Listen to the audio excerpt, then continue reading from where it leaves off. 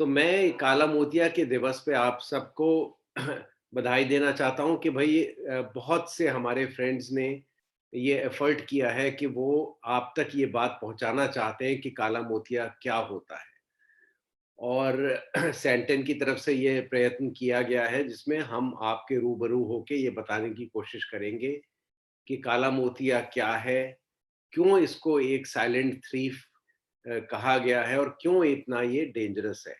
तो आप जानना चाहेंगे भई आप किससे मुखातिब हैं? तो मैं डॉक्टर हर्ष हूँ, मैं director glaucoma services centre for site new Delhi हूँ। पहले मैं additional professor RP centre AIIMS रह चुका हूँ और अपोलो में भी कंसल्टेंसी करता हूँ और 2015 में प्रेज़िडेंट ऑफ इंडिया ने मुझे पद्मश्री प्रदान किया था।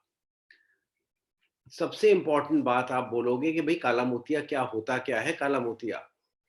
तो ये ध्यान रखिए कि काला मोतिया एक ऐसी बीमारी है, अब आपको चाहे बचपन में साइंस के वो ये कार्टून याद हो ना याद हो, पर मोटा-मोटा आँख इस प्रकार की होती है हमारी और इस आँख में आगे ये कॉर्निया होता है, ये हमारा लेंस है और ये पीछे हमारी ऑप्टिक नर्व है जिससे जो नज़र यहाँ पर्दा बोलते हैं जिसको रेटिना, तो जब लाइट बाहर से आती है और इस पर्दे पे पड़ती है, तो वो सब इस नर्व के द्वारा हमारे ब्रेन में पहुंचती है और तब हम देख पाते हैं।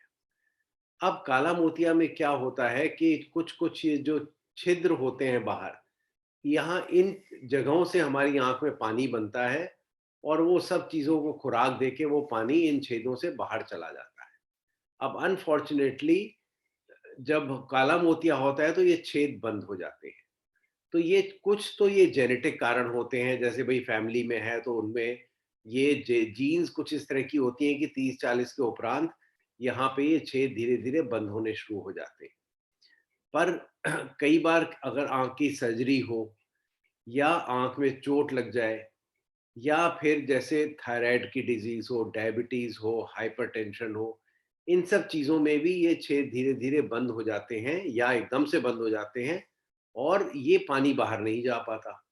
जब पानी ये बाहर नहीं जा पाता तो ये आँख के अंदर जमा होना शुरू हो जाता है और फिर इस ऑप्टिक नर्व पे एकदम दबाव पड़ता है। जब इस नर्व पे दबाव पड़ता है तो जो हम चीज़ें देख रहे थे, वो चीज़ें हम नहीं देख पाते और धीरे-धीरे अंधापन आने लगता है। सबसे खराब बात ये है कि हमें इसके बारे में पता ही नहीं लगता और कितने लोगों को काला मोतिया है हिंदुस्तान में? अगर मैं आपको कहूँ कि भई 11.2 मिलियन तो उस नंबर का कोई मतलब नहीं है आपके लिए। पर 40 से ऊपर हर एक आदमी 8 में से या तो काला मोतिया उसको है या काला मोतिया हो सकता है और ये एक बहुत बड़ी पॉपुलेशन है। तो क्या इसके लोग पूछते हैं भई सर काला मोतिया के क्या सिम्पटम क्या होते हैं आफ्टर ऑल? तो वही मैं बता रहा था कि बहुत ही अनफॉर्च्यूनेट बात है कि सिम्पटम बहुत कम या मामूली होते हैं और आदमी पकड़ नहीं पाता। तो यही नहीं कि हम ही शायद हम भई क कम पढ़े-लिखे लोग हैं, ऐसा नहीं। इवन अमेरिका में 90% लोगों को जब तक पता लगता है कि उनको काला मोतिया है, 50% साइट उनकी जा चुकी होती है। तो 2 प्रकार के काला मोतिया होते हैं, एंगल क्लोज़र और ओपन एंगल। वो एंगल क्लोज़र में तो सडनली अटैक सा होता है, लाल हो जाती है आँख, पेन होता है, वाटरिंग होती है, वॉमिटिंग, तो वो आदमी डॉक्टर के पास जाता है, पता लग जाता है भई काला मोतिया हो रहा है। पर ओपन एंगल और आजकल बहुत प्रकार के एंगल क्लोज़र भी इस प्रकार से प्रेज़ेंट करते हैं कि ये पता ही नहीं लगता कि कुछ दिक्कत हुई है। तो किस तरह से पता लगा सकते हैं भई जो तुम्हें पहले रात में दिखता था, अब वो रात में नहीं दिखता। थोड़ा-थोड़ा हेडेक रहता है शाम को, तुम्हारी नज़र कम हो गई है पहले से और 40 के बाद हर व्यक्ति को पास का चश्मा लगाना पड़ता है। पर यदि ये चश्मे जल्दी-जल्दी चेंज हो, नॉर्मली क्या होता है आपको प्लस 0.5 का चश्मा लगा 40 पे, तो फिर अराउंड 43-44 इयर्स ऑफ एज पे आपका +1 हो गया नंबर। ऐसे धीरे-धीरे वो नंबर बढ़ता है। पर काला मोतिया में क्योंकि दबाव बहुत हेवी होता है, तो ये नंबर बहुत जल्दी-जल्दी बदलने लगता है। तो ये एक और चीज़ है जिसको पकड़ के आदमी कह सकता है कि भई ये तो मुझे काला मोतिया हो रहा है। और क्या होता है कि जैसे अगर आँख का प्रेशर बढ़ता है, तो बल्बों के चारों तरफ अंधेरे में या शाम को आपको कलर्ड हैलोज़ दिखने लगेंगे। ये हमने पहले ही बताया था कि रेडनेस, पेन, वाटरिंग हो सकती है। और फ्रीक्वेंट चेंज ऑफ ग्लासेस हमने आपको बताया, डिक्रीजिंग विज़न और हेडेक हमने आपको बताया। रात में पहले जो आपको दिखता था वो अब नहीं दिखता क्लियरली। ये सब इम्पोर्टेंट सिम्पटम है। पर होता क्या है कि जो हमारी नज़र का फैलाव है, जो हम सब चारों तरफ देख सकते हैं, वो धीरे-धीरे सिकुड़ने लगता है। और एक दिन आदमी कहता है, सर मैं चल रहा था तो साइड से कोई आ रहा था, मुझे पता ही नहीं लगा। या मैं गाड़ी चलाता हूँ तो एक साइड की चीज़ ही नहीं मुझे दिखती सर, टक्कर हो जाती है। तो ऐसे केसेस में तुम्हें पता लग जाता है कि काला मोतिया डेवलप हो गया है, पर तब तक ऑलरेडी काफ़ी नज़र जा चुकी होती है। और काला मोतिया में जो नज़र चली गई है, उसको हम वापस नहीं ला सकते। जो बची हुई है, उसको रोक के रख सकते हैं। So it is not curable, it is controllable. तो हम कैसे पता लगाते हैं? तो जब आप डॉक्टर के पास जाते हो, तो वो आपका एक ये मशीन होती है स्लिट लैम्प, उस पे एग्ज़ामिन करता है, उसके अंदर देखता है, उसके अंदर से आपका नस दिखता है और आपका प्रेशर रिकॉर्ड किया जाता है। तो ये जैसे आँख का प्रेशर रिकॉर्ड हो रहा है और इसी में अंदर नस की चेकिंग हो रही है। फिर आपकी गोनियोस्कोपी की जाती है जिससे कि एंगल का पता लगता है कि भई ये ओपन एंगल वैरायटी है कि क्लोज़्ड एंगल वैरायटी है। तो ये जैसे यहाँ पे एंगल पूरा क्लोज़ हुआ पड़ा है, फिर हम एक ये मशीन का टेस्ट करते हैं जिसको बोलते हैं फील्ड टेस्ट। इससे हमारी आँख का फैलाव पता लगता है। तो जैसे ये वाली फ़ील्ड्स है, इसमें देखिए सारा कालापन ऑलरेडी आ चुका है और ये बहुत डेंजरस चीज़ है। ये थोड़ा-सा कम है, इसमें बिल्कुल हल्का-हल्का शुरू हुआ है। तो अगर इसी स्टेज पे हम मरीज़ को पकड़ लें और ये अंदर की नस है जो सफ़ेद जितनी ज़्यादा हो जाएगी मतलब उतना ही डैमेज ज़्यादा हो रहा है। तो जल्दी ही पकड़ने से काम बनेगा, क्योंकि तभी हम आपको अच्छी तरह से उपचार कर सकते हैं और ब्लाइंडनेस से बचा सकते हैं। और अगर ये स्टेज आ गई जिसमें बहुत सारा कालापन आ गया है, आप देख रहे हो जो नस है वो बिल्कुल सूख सी गई है और सब सफ़ेद हो गया है, तब काफ़ी दिक्कत आ सकती है। तो इन सब चीज़ों को और हम फिर कई बार बहुत अर्ली स्टेजेस में एक ओसीटी करके मशीन होती है, उससे भी इसका पता लगाते हैं कि भई नस के कुछ अर्ली चेंजेस नस में आ रहे हैं कि नहीं आ रहे, और इस तरह से हम नस को देखते हैं। अब सवाल ये है कि लोग कहेंगे भई हमें कैसे पता जी कि हमें काला मोतिया होगा?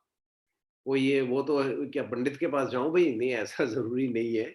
आप ये समझ के चलिए कि अगर आपको अ, जैसे आपको फैमिली हिस्ट्री है, तो सबसे ज़रूरी चीज़ जो भी हमारे पास काला मोतिया के मरीज़ आते हैं, हम सबको बोलते हैं कि भई अपनी पूरी फैमिली को दिखवाओ, उनमें सबकी जाँच करवाओ, तब तुम्हें पता लगेगा कि तुम्हें काला मोतिया है कि नहीं है।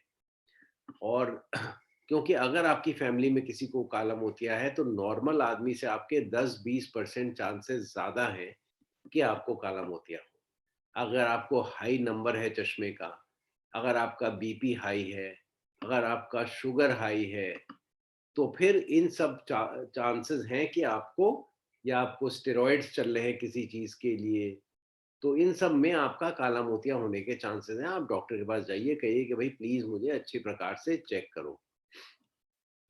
और फिर जैसे हमने बताया था वो फ़ील्ड टेस्ट वग़ैरह करेगा।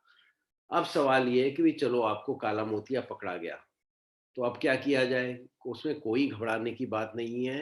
एक ही डॉक्टर से लग के इलाज कराइए। हाँ, बीच में ज़रूर एक आध बार किसी और डॉक्टर से सेकंड ओपिनियन ले लीजिए कि भई ये सब कुछ ठीक चल रहा है कि नहीं चल रहा है।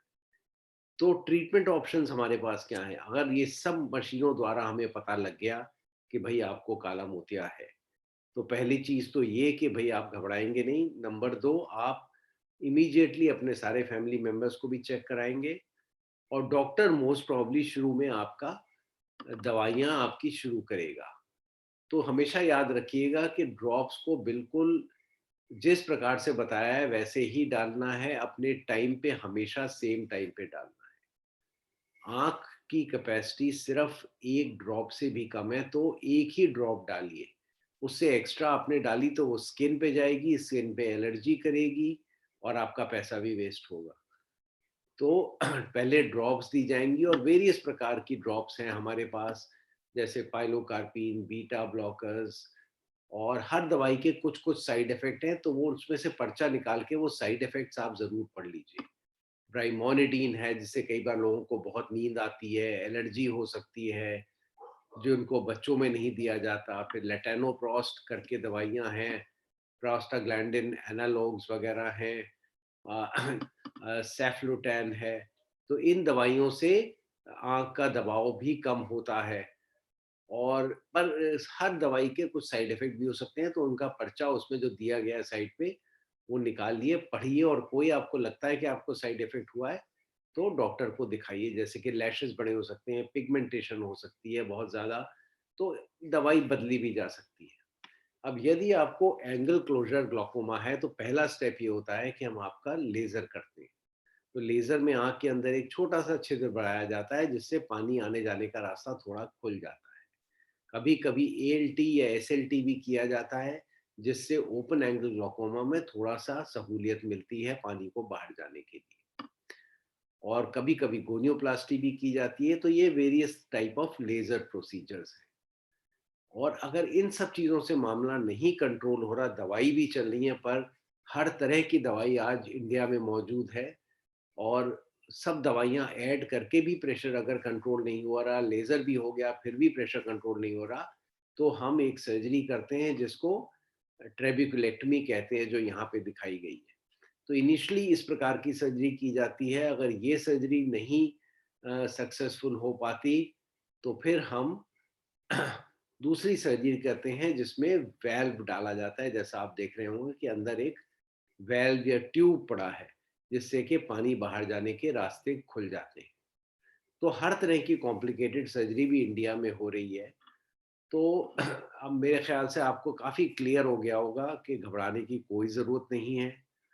अलर्ट रहना है आपको। अगर आपकी फैमिली में किसी को हिस्ट्री है ग्लाकोमा की, अगर आपके पास आपको डायबिटीज़ है, हाइपरटेंशन है, थायराइड की डिज़ीज़ है, आपको मायोपिया है, या आपकी आँखों में कभी स्टेरॉइड्स का या बॉडी में कहीं भी स्टेरॉइड्स का सेवन हुआ है, या आपकी आँख में चोट लगी है या किसी प्रकार की सर्जरी हुई है, तो आप अवश्य रेगुलरली डॉक्टर के पास जाइए, और कहिए कि भई मेरे को चेक करते रहिए, आपकी काला मोतिया तो डेवलप नहीं हो गया है। और 40 के उपरांत तो हर आदमी को हर साल एक बार ज़रूर चेक करवाना चाहिए। अगर आपको काला मोतिया पकड़ा जाता है कि है भई आपको, तो एक स्पेशलिस्ट चूज़ करिए, उसी को फ़ॉलो करिए। हर महीने, डेढ़ 2 महीने में एक बार आँख का प्रेशर चेक कराइए। हर 6 महीने में जो फ़ील्ड टेस्ट हमने आपको दिखाया था, जिससे आँख का फैलाव मेज़र होता है, उसको चेक करिए। ड्रॉप्स को रेगुलरली डालिए, जहाँ तक हो सके ड्रॉप्स को एक ठंडी जगह पे रखिए। सारे फैमिली मेंबर्स को एग्ज़ामिन करवाइए, और ध्यान रखिए कि ग्लाकोमा कंट्रोल हो सकता है, क्योर नहीं हो सकता। पर यदि आप चीज़ें बराबर डालते जाएँगे, तो ज़रूर वो कंट्रोल रहेगा। और यदि आपको इससे भी ज़्यादा इसके बारे में नॉलेज चाहिए, तो यूट्यूब पे जाके टाइप करिएगा डॉक्टर हर्ष कुमार, 3 शब्द, और वहाँ पे मेरे 3 10 मिनट के और 24 मिनट का एक वीडियो आएगा, जिसके बारे में, जिसमें मोटी-मोटी जो जानकारी मैंने आपको अभी दी है, वो सारी की सारी मौजूद है। एक और बात बताना चाहूँगा कि यदि आपको काला मोतिया है, तो कभी भी एक साथ बहुत ज़्यादा पानी मत पीजिए। पीजिए जितना मर्ज़ी, पर स्पेस आउट करके, जैसे एक बार में 1 ग्लास, अगला ग्लास 15-20 मिनट बाद। वज़न उठाने वाले काम मत करिए। कोई भी योगा जिसमें साँस रुके और या आप उल्टे-लेटे हों, वो वाला योगा मत करिए। और तम्बाकू से प्लीज़ बचिए, क्योंकि उससे भी हमारी नस को काफ़ी डैमेज हो। So if you follow all this, there will be hope, and ultimately there will be a smile. Thank you very much for your kind attention.